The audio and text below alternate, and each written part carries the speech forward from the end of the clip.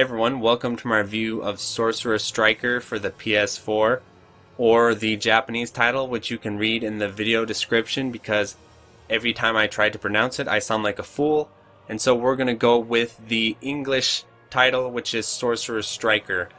So what's cool is this is actually my very first Patreon sponsored video game review. So a perk of my Patreon is that once a month everyone can get together and vote on what game they want me to review for the next month. And so in January, Sorcerer Striker for the PS4 was chosen. And also an extra shout out to Jake Ryan for getting me some extra cash for this to purchase the game, because I actually did not own it beforehand. And so yeah, I definitely appreciate that. So to start off with, I just want to say that this is a Japanese exclusive release, unfortunately.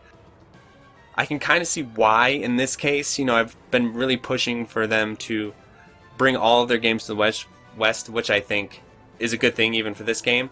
But I think this is a bit of a deeper cut than most of the other, even for a shmup, right? So I could see why it's mostly in Japan. But still, hopefully at some point they'll just release all their stuff stateside. So if you want to get your hands on this, what you need to do is you need to create a Japanese account on your PS4. And then you need to purchase Japanese PSN money. I recommend PlayAsia. I've looked around other places and PlayAsia still seems to be definitely the most responsive. And their prices seem to be the most fair from what I've been finding. There could be another source out there that's better, but I've looked around and everywhere I've looked, PlayAsia seems to be the best. So you get the PSN yen money, then you buy it. I use my computer so I can translate it. And then you just download it to your PS4, then sign into your PS4, and there you go. A bit of a pain, but at this point, get used to it, because you're going to have to do this with all the M2 ports it's looking out like, so a necessary evil, I suppose. So anyway, let's talk about Sorcerer Striker's history a little bit, because if you guys aren't aware, Sorcerer Striker is Raising's very first shmup. So this is after they branch off from Compile. And I believe this story goes, just reading translated interviews, I hope this is accurate, that this was originally developed in an apartment by 5 of the staff, 4 or 5 I think. And so I think that's kind of a cool story, shows the hustle, shows the determination. I like to kind of imagine that all 5 of them are living there together and they're just grinding out, you know, the development, and no one can go anywhere and all those sorts of things. I don't know if it was really that intense, but that's the story in my mind anyway. And so being the first shmup developed by Raising, you know, obviously it's the beginning of a huge legacy that includes, of course, Battle Garegga and Batrider. So I think that is one thing about this game that maybe causes it to be a bit more obscure compared to its better known brethren, just because it lives in their shadows a little bit. And so, like I said, I actually was not aware of this port until the Patreon vote, so there's some proof right there. What's interesting is I actually, not too long ago, was curious about Raising's other titles, and so I asked some fellow shmuppers, hey, why don't more people talk about the other Raising games, you know, as awesome as Garegga and Batrider are, just because they do seem to have this big catalog of games, and, you know, some cave games are looked over, but I don't think it's quite as heavily focused as Batrider and Garegga is. And the response I got was basically the other games are solid and fun, but they're just not nearly as quality as the other two, which is probably accurate. However, it caused me to underestimate the quality of Sorcerer Striker, and so when I came into it and started playing this game, I found myself really taken with it and really connecting with it and thinking, wow, I want to play this game for real, as far, you know, like getting a 1cc, getting a decent score, because it has a lot of really unique, cool aspects to its level design and gameplay that you actually still don't get in Garegga and Batrider. And it's also fun because this is the origin of many of the most popular characters in those two games, right?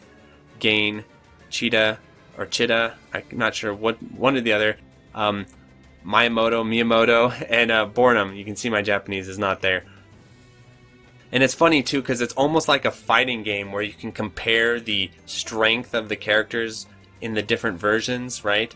So in Street Fighter, for instance, Ken is really good in Third Strike, but he's only kind of good in Street Fighter 4 and somewhat good in certain versions of Super Turbo, right? And in like you can kind of do the same thing here, where Gain is a complete beast in Garega, and I think he's pretty good in this game. It's hard to tell, but he was my ship of choice for the replay here, and he does seem really good. But you'll notice his swords aren't as insanely broken as they are in Garega, as far as just the kill power and the coverage.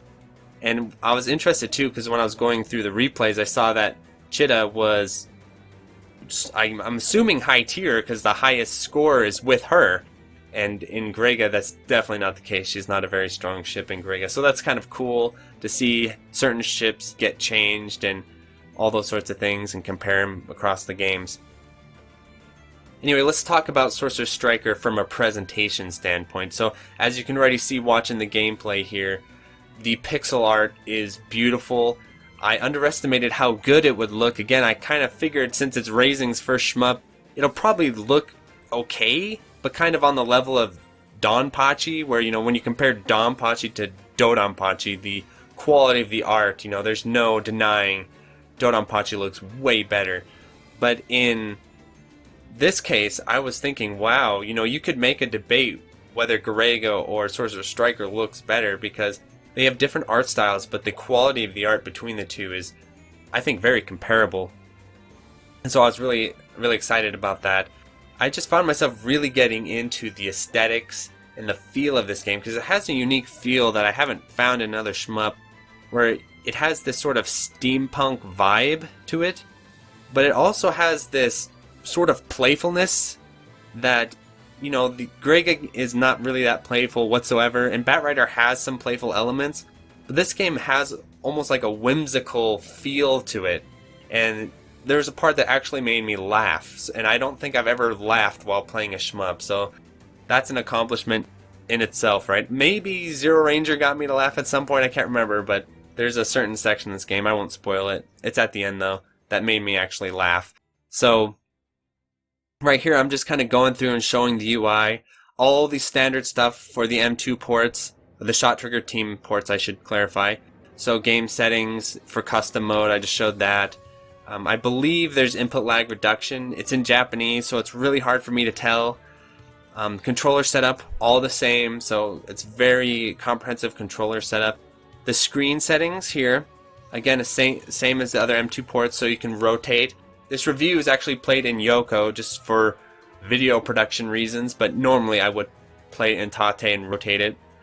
You also have the option of scan lines. I personally found that I like 25% the best, because they're there and they look nice, but they're not oppressive, as I feel like the darker colors are. But monitor to monitor, I can see how that could differ. But all of this is 25% if you're wondering.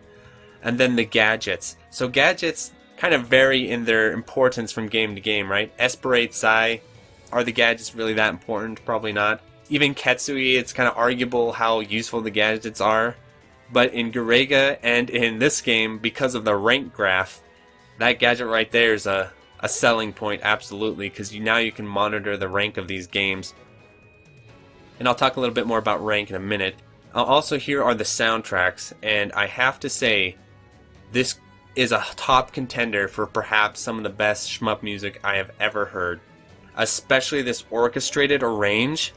I was shocked at how, I don't know how to say it, like how premium, how high production valued the orchestrated arrange sounded. You know, it sounded like a AAA studio quality OST.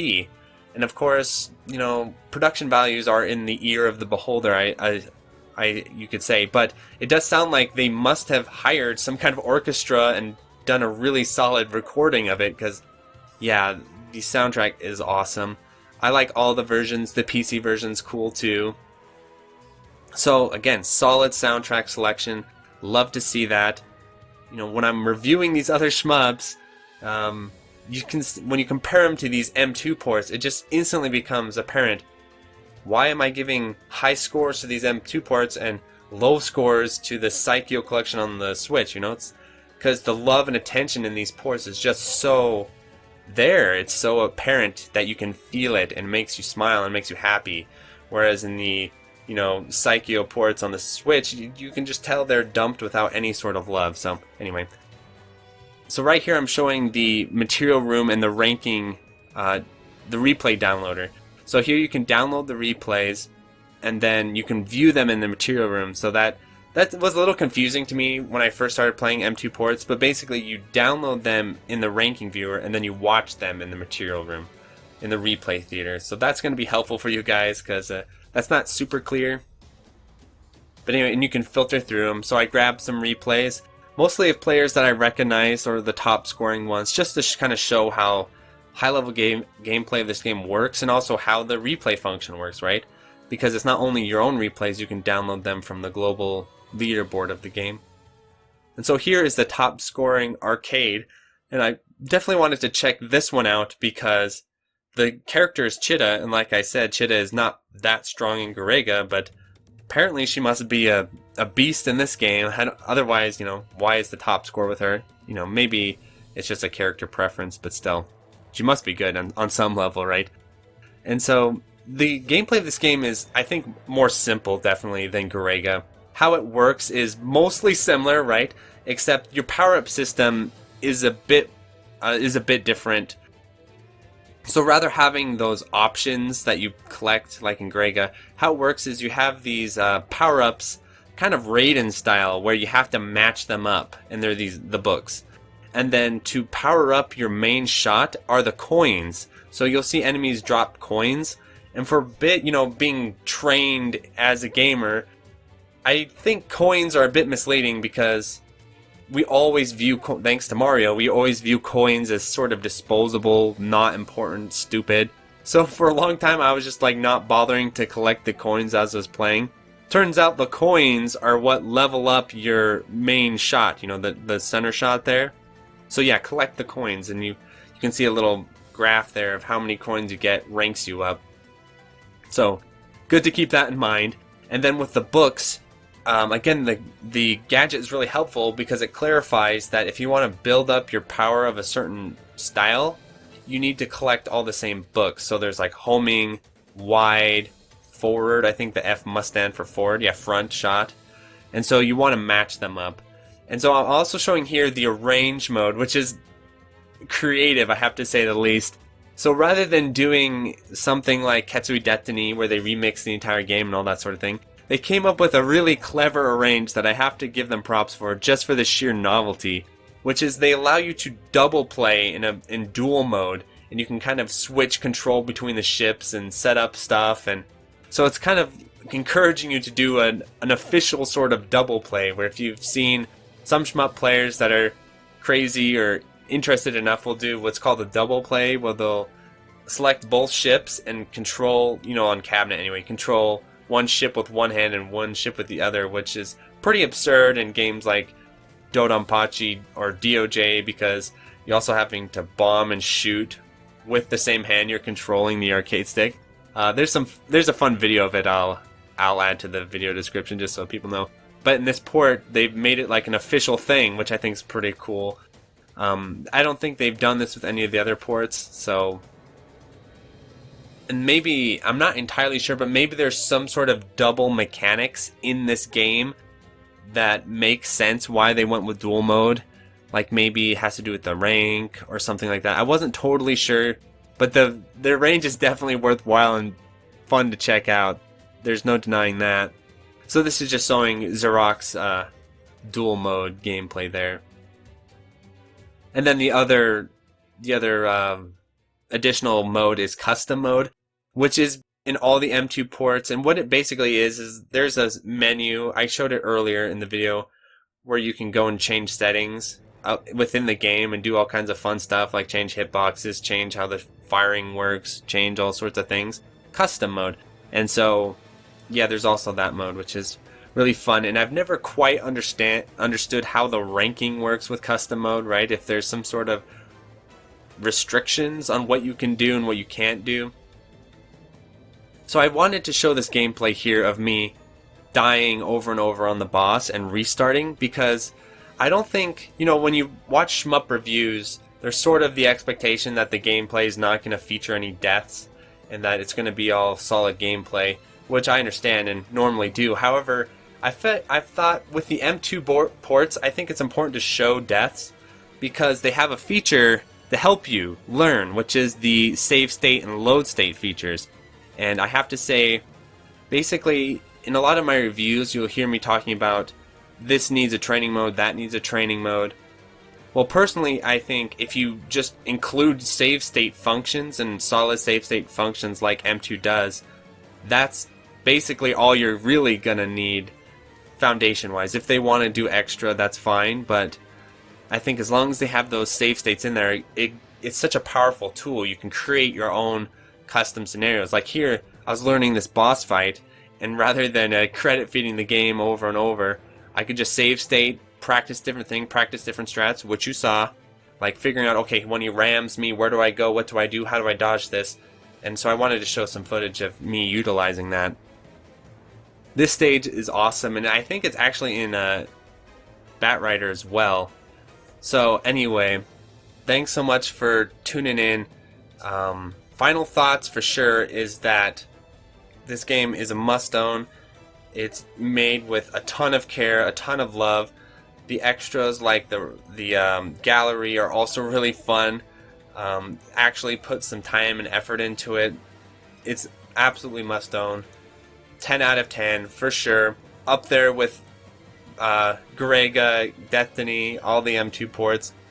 In some ways I kind of like this a little bit more than Psy as far as the port itself. I think I probably like Esperade more than this game, but not by a whole lot actually. This game really grabbed me and, you know, won me over with its charm and its gameplay. It feels like a more accessible version of Garega. So if you're wanting to play Garega, you know, I love Garega, but you don't really have that full-on dedication mode to learn everything, especially with rank control. I think this is a great place to start, you know, especially since it has the same ships and stuff and a little more of a playful vibe, a little more accessible. So I think it's a must-own. And the final word is that I did not do a formal input lag test for this game, but just by feel, I think it's kind of around the Garega port area, 3 or 4 frames, I'd say. It does feel a little less laggy, or a little more laggy than Psy or Ketsui for sure. And so at this point, I think I've come to a decision, a conclusion, I guess I could say, that this is somewhat intentional, the input lag with M2, where, you know, the raising PCBs are known to be, you know, Greg and Batrider at least, are known to be laggy, and I assume, you know, this one probably is as well. It's probably on similar hardware. For whatever reason, probably just the hardware. And so I think M2 are being faithful to the original input lag, which I don't know if I would be personally if I was developing the game, but I also, you know, sort of have to respect that because it does make sense why they would do that. And the reason why I feel like it is intentional, I'm giving them the benefit of the doubt versus, you know, like the zero div ports on the Switch of the Psycho games, is that there really is no reason why it needs to have the extra lag that it does, because it emulates within MAME and RetroArch, or MAME and Final Burn Alpha and all those sorts of things with lowish lag anyway. And so, and they have done lag reduction on stuff like the cave games. So they've always been consistently accurate with the lag. So I think in this game, they're being accurate with the lag once again. It's just a raising game, so the lag's a little bit higher than in cave games. So I can't totally fault them for that. But I haven't done a formal input lag. When I do, I'll just add it to the video description, but it will most likely be around 3 to 4 frames just by the feel of it, you know, that sort of thing. I've gotten pretty used to what these games feel like. So yeah, still an amazing port. The soundtrack is absurd, especially the orchestrated one. Absolutely amazing. Yeah, not much more I could say other than just going on about how great it is and how you need to buy it. So definitely do that. Adios.